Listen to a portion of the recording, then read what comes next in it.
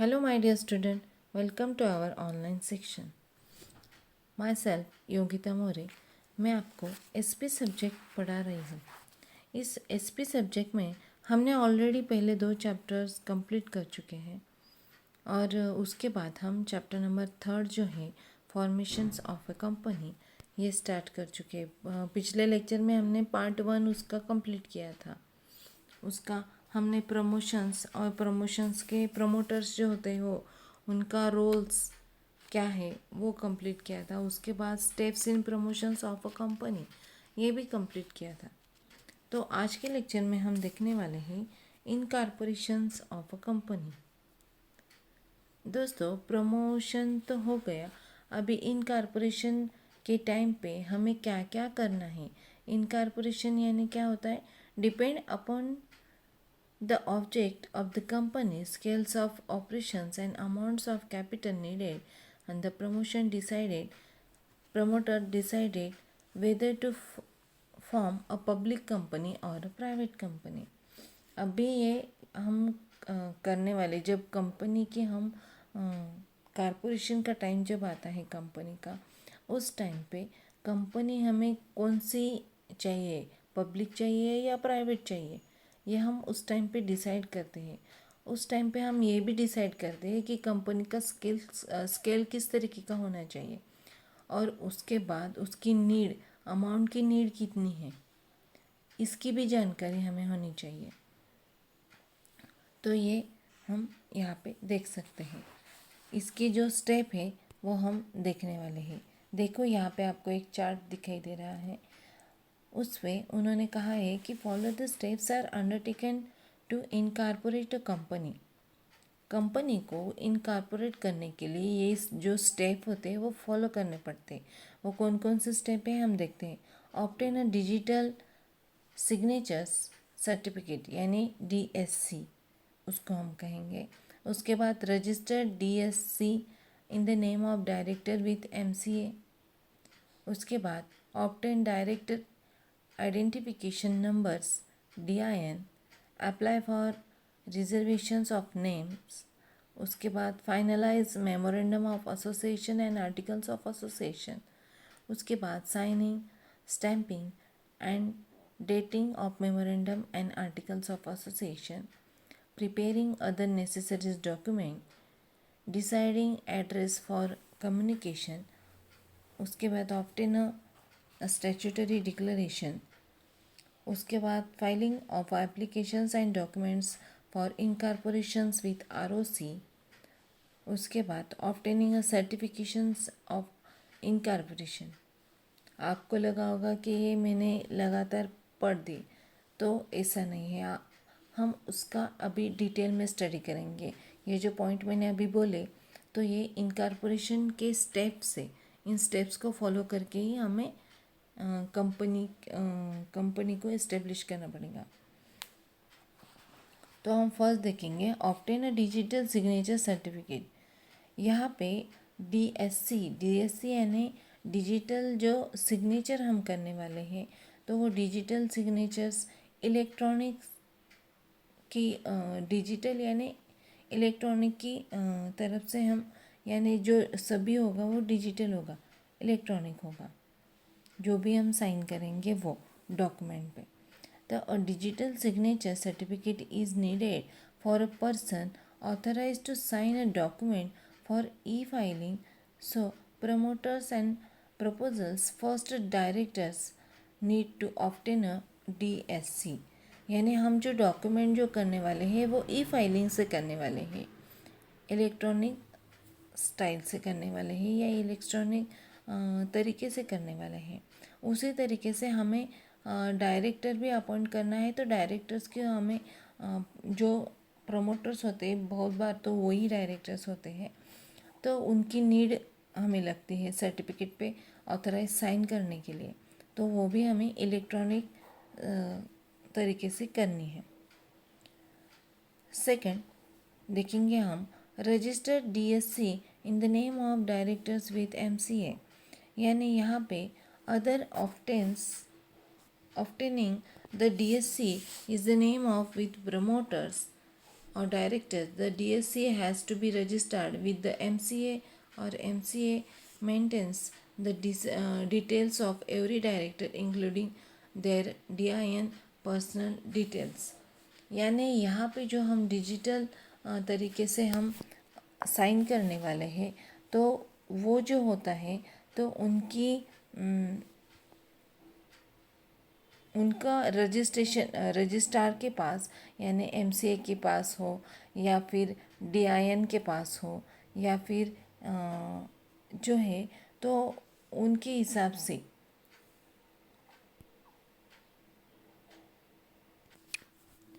उनकी वो digital sign की जो हम करने वाले हैं, तो वो रजिस्ट्रार के यहाँ पे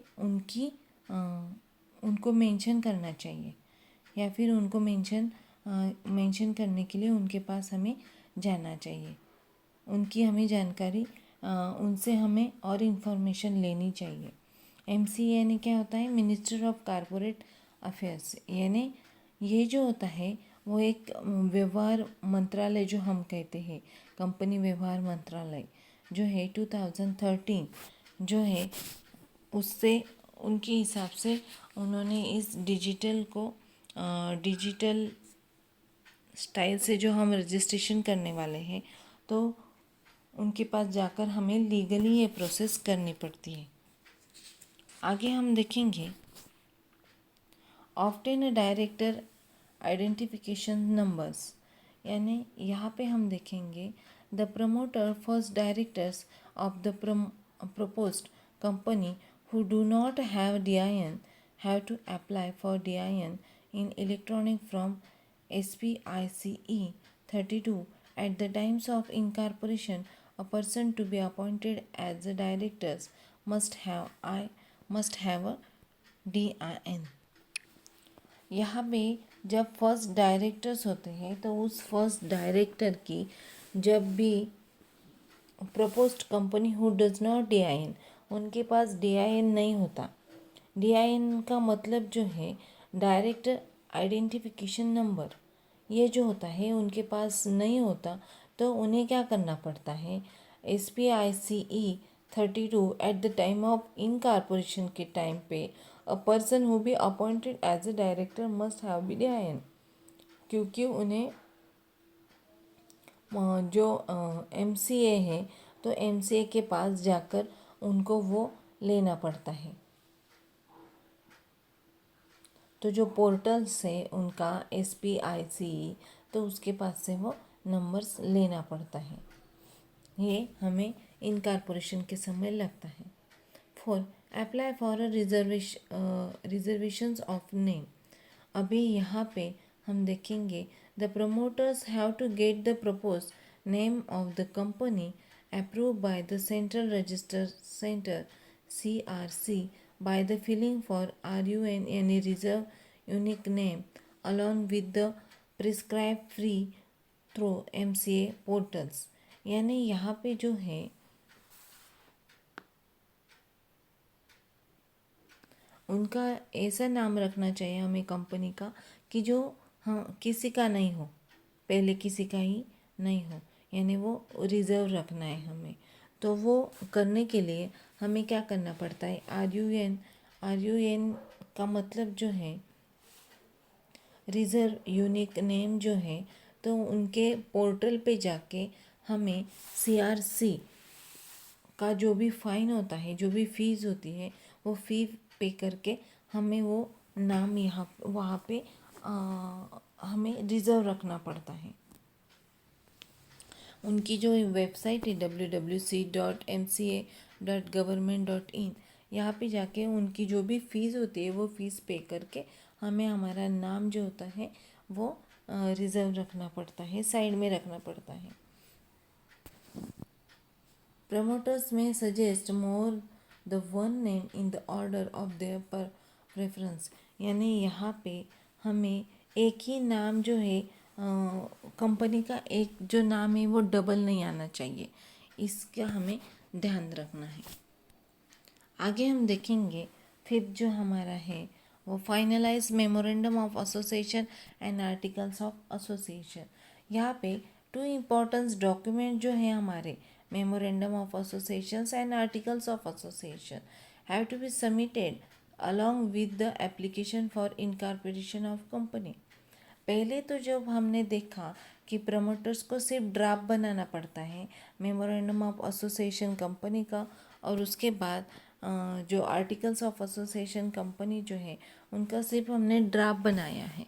अभी यहाँ पे हमें क्या करना है, वो लीगली उसकी प्रोसीजर करनी पड़ती है। Application for incorporation of company के टाइम हमें वो लीगली प्रोसेस करनी है।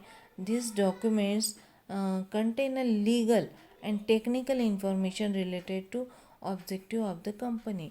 यानी यहाँ पे लीगली और टेक्निकली इंफॉर्मेशन हमें इनका कंपनी की देनी पड़ती है।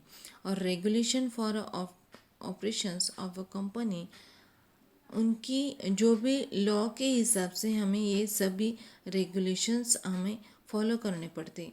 Hence the promoters take the help of promotions professional like company secretary. अभी हमें ये जो डॉक्यूमेंट तो देने हैं, पर उस डॉक्यूमेंट्स को हमें कंपनी के सेक्रेटरी कौन है, लीगल एक्सपर्ट्स कौन है, अकाउंटेंट्स कौन से, ये भी हमें वो उस टाइम पे फाइनलाइज करके उस डॉक्यूमेंट के साथ देनी पड़ती है।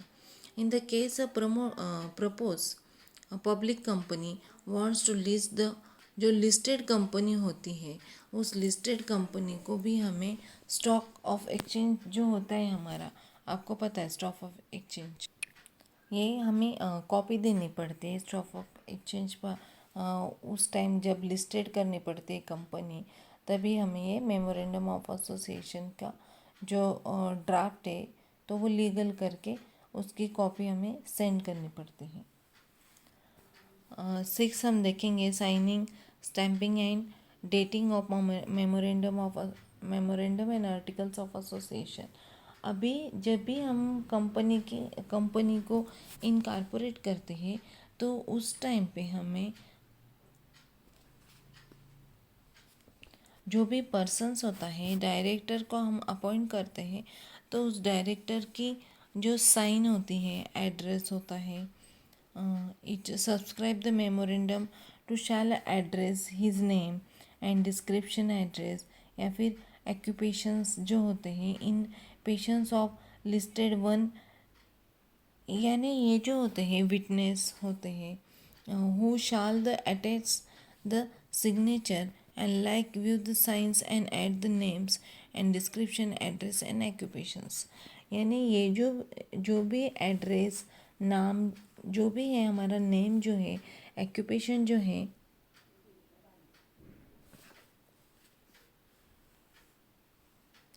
तो उनका हमें लीगली प्रोसेस करनी पड़ती है।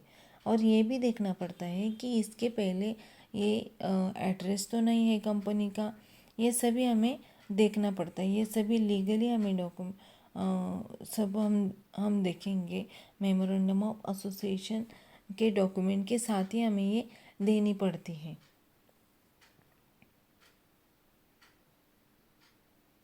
After signing the memorandum and articles of association need to be stamped as per the Indian Stamp Act 1899. The stamp duty depends on the authorized shares capitals and the company varies from state to state। यानी यहाँ पे हम देखने वाले हैं कि जो Indian stamp act है 1899 के हिसाब से, तो उनको ये स्टैम्प के लिए या फिर कोई भी एसोसिएशन के लिए, मेमोरेंडम ऑफ एसोसिएशन के लिए हमें फ़ी पेड करनी पड़ती है।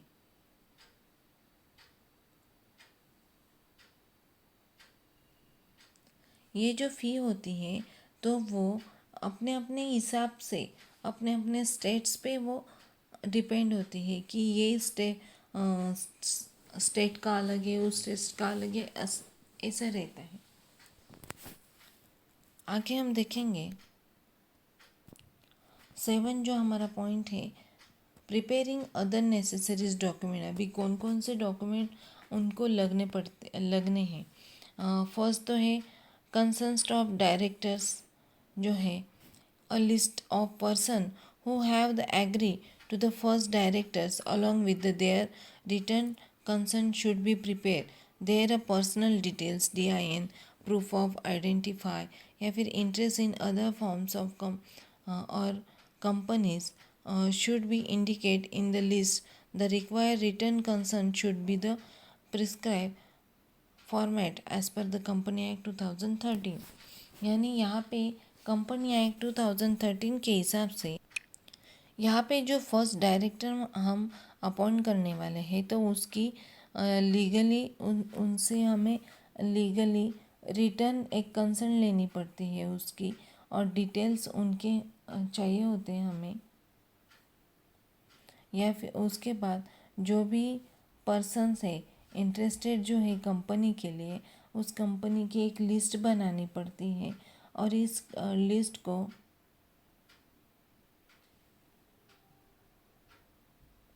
उस लिस्ट की रिक्वायरमेंट जो होती है वो कंपनी एक्ट 2013 के हिसाब से ये सभी प्रोग्राम चलते हैं। यानी डायरेक्टर को अपॉइंट करना पड़ता है, उसके बाद जो DIN होती है वो उनका रिटर्न्स भी लेना पड़ता है। जो जो पर्सन जो होते हैं इंटरेस्टेड इस कंपनी में आने के लिए उनकी एक लिस्ट बनानी पड़ती है।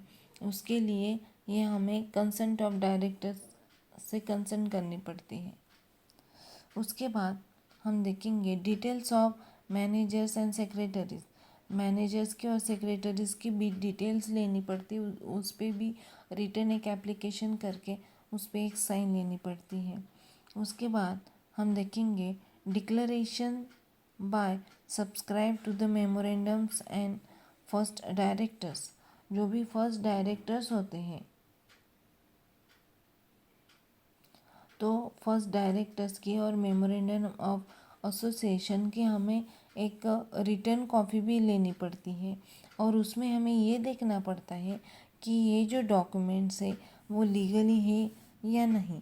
यानी यहाँ पे हम देखेंगे first directors in articles of association he does not, यानी वो फ्रॉड पर्सन तो नहीं है या फिर कंपनी फ्रॉड तो नहीं है, एक्यूरेट सभी डॉक्यूमेंट्स है या नहीं, ये सभी हमें यहाँ पे देखने पड़ते हैं। सभी राइट है या नहीं। ब्रांचेस ऑफ एनी ड्यूटीज़, यानी यहाँ पे सभी लीगली है, ब्रांचेस यानी ट्रू है या नहीं, ये सभी यहाँ पे देखने पड़ते हैं। और ये सब हमें 5 इयर्स की जो प्रिसाइडिंग हम डॉक्यूमेंट बनाने वाले हैं तो उस हिसाब से हमें ये सभी डॉक्यूमेंट करेक्ट होने चाहिए, कंप्लीट होनी चाहिए और ट्रू भी होनी चाहिए। उसके बाद हम देखेंगे address for communication and notice of registers office address. हमें जब कम्युनिकेशन करना पड़ता है तो कम्युनिकेशन के टाइम पे हमारा एड्रेस कौन सा है वो हमें डिक्लेयर करना पड़ता है। At the time of incorporation if the propose the company has not decided to it is the locations of registers office. Registers office को उनका लोकेशन भेजना पड़ता है और उस टाइम पे हमें ये सभी लीगली प्रोसेस करनी पड़ती है। एक्ट 2013 के हिसाब से हमें ये 13 डेज के अंदर सभी ये प्रोसेस हमें एड्रेस वगैरह जो भी है वो हमें 13 डेज के अंदर पूरी करनी पड़ती है। 9th हम देखेंगे obtain a statutory declaration form. यहाँ पे हमें an advocate practice company secretary, ऐसे एडवोकेट होते हैं जो प्रैक्टिस कर रहे हैं कंपनी के सेक्रेटरी की, जो CA हम कहते हैं, तो वो हमें उनकी भी साइन होनी चाहिए या फिर उनसे हमें लीगली कम्युनिकेशन करके हमें ये कॉरपोरेशन का जो प्रोसेस है वो पूरी करनी है। उसके बाद हम देखेंगे a person name in the articles of association as a directors, managers and secretary starting that all the requirement related to incorporation has been complete with. ये जो है पर्सन जो होते हैं मेमोरेंडम ऑफ एसोसिएशन और आर्टिकल्स ऑफ एसोसिएशन में हमें director, manager, secretary जो जो है उनकी भी हमें ये सभी हमें देने पड़ते हैं। उसके बाद लास्ट में हम देखेंगे filling of applications and documents for incorporations of a company. यानी यहाँ पे जब हम कंपनी जो है after all the documents are prepare the promoters have submitted application to the registers of company. Registrars के पास ये सभी डॉक्यूमेंट्स हमको लीगली देने पड़ती हैं। कंपनी का नाम हो, कंपनी की कब इस्टेब्लिश किया हो, या फिर कंपनी का DIN जो नंबर्स होता है वो, पैन, टैब नंबर्स, ये सब जो भी है ये सब हमें लीगली हमें इनकी प्रोसीजर करके हमें कंपनी को एस्टेब्लिश करना पड़ता है। तो ये सभी जो है ये कंपनी के इस्टेब्लिश की प्रोसेस है या स्टेप्स है, ये फॉलो करने पड़ते हैं हमें। अभी पैन का मीनिंग क्या होता है? जो भी पैन है वो